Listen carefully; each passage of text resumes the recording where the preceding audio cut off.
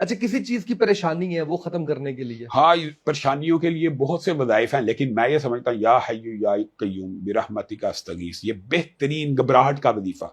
پریشانی کا وظیفہ۔ ہاں مختلف قسم کی پریشانیاں ہو سکتی ہیں، مثلا انسان اپنے آپ کو بالکل تنہا فیل کر رہا ہے اور سوچ رہا ہے میرا کسی بندے نے ساتھ نہیں دیا، تو اس کے لیے اس سے مختلف وظیفہ ہے، حسبی اللہ و نعم الوکیل۔ اور اگر یہ سمجھتا ہے فلاں میرا دشمن ہے اور اس سے مجھے خطرہ ہے، تو اس کے لیے وظیفہ اللہم انا نجعلک فی نحورہم ونعوذ بک من شرورہم۔ یا انسان کبھی کسی ایسی مشکل میں بن جائے کہ اس کے اوپر حملہ آور ہو جائے، بندہ تو پریشان ہو جائے کہ میرے پہ کوئی اٹیک ہونے والا ہے، تو اللہم اکفنیہم بما شئت۔ یہ سارے کے سارے پریشانیوں کے وظیفے ہیں، اور یہ سارے وظیفے رسول اللہ صلی اللہ علیہ وسلم کی حدیث سے ثابت ہیں۔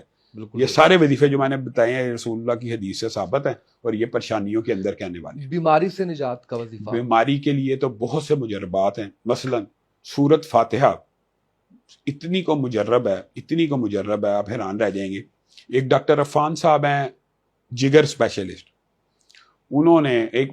پیشنٹ سے پوچھا کہ آپ کا یہ جگر کا جو کینسر ہے ختم کیسے ہو گیا؟ تو اس نے ان کو انٹرویو دیتے ہوئے بتایا کہ میں نے علامہ صاحب کا یہ وظیفہ سنا تھا کینسر کا، کہ سورت فاتحہ 41 دن پڑھنی ہے، 41 مرتبہ فجر کی سنتوں کے بعد کینسر ختم ہو گیا، کینسر۔ تو سورت فاتحہ شفا کے لیے بہت زیادہ مجرب ہے، بہت زیادہ اس کے اندر فوائد ہیں، لیکن شفا صرف سورت فاتحہ کے علاوہ مختلف بیماریوں کی مختلف شفا بھی ہے۔ مثلا سکن ڈیزیز ہے، کئی ساتھیوں کو یہاں پہ چمبل وغیرہ ایک کوئی بیماری ہے جو ختم ہی نہیں ہوتی، تو اس کے لیے رسول اللہ صلی اللہ علیہ وسلم نے خود بتائی ہوئی ہے، یعنی اس دور میں بسم اللہ تربت ارضنا بریقت بادنا یشفا بہا سقیمنا باذن ربنا، یعنی یہ وظیفہ اگر ایسے لعاب تھوڑا سا لگا کے مٹی کو زمین سے ٹچ کر کے وہ اس جگہ پہ مل لے جہاں پہ سکن کے اوپر ڈیزیز ہے تو وہ ختم ہو جائے گی۔ تو یہ پڑھتے رہیں، اس طرح بے شمار صحت کے اعتبار سے، بیماریوں کے اعتبار سے مختلف وظیفے، ہر بیماری کے لیے علماء نے اپنے اپنے مشاہدات کو بیان کیا کہ میں نے۔ اچھا اب یہ دیکھیں، اب حیران کن ایک کیپٹن نے مجھے بات بتائی، آپ نے اب سوال کیا، جو میری نظر میں کوئی مجھ سے پوچھتا ہے نظر کی کمزوری کا وظیفہ کیا، میں اس کو کچھ اور بتاتا تھا۔ اس نے اپنا واقعہ بتایا کہ میری والدہ 70 سال کی تھی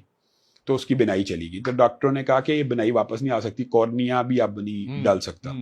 کوئی یعنی ریپلیس ہوتا ہے یا کوئی بھی جو بھی ہوتا ہے وہ بھی نہیں ہو سکتا۔ تو کہتا ہے میری والدہ تو قرآن پڑھتی تھی نادرہ، روزانہ 13 لائنی قرآن کے اوپر، تو اس نے 13 لائنی قرآن والدہ نے کھولا اور اس کے اوپر انگلی رکھی اور کہا بسم اللہ الرحمن الرحیم، بسم اللہ الرحمن، اللہ میں تو اب قرآن کی حافظہ نہیں ہوں، میں تو صرف بسم اللہ یاد ہے وہی پڑھوں گی۔ اس بندے نے کہا کہ تیسرا قرآن شروع کیا، میرے والدہ کی بینائی آ گئی۔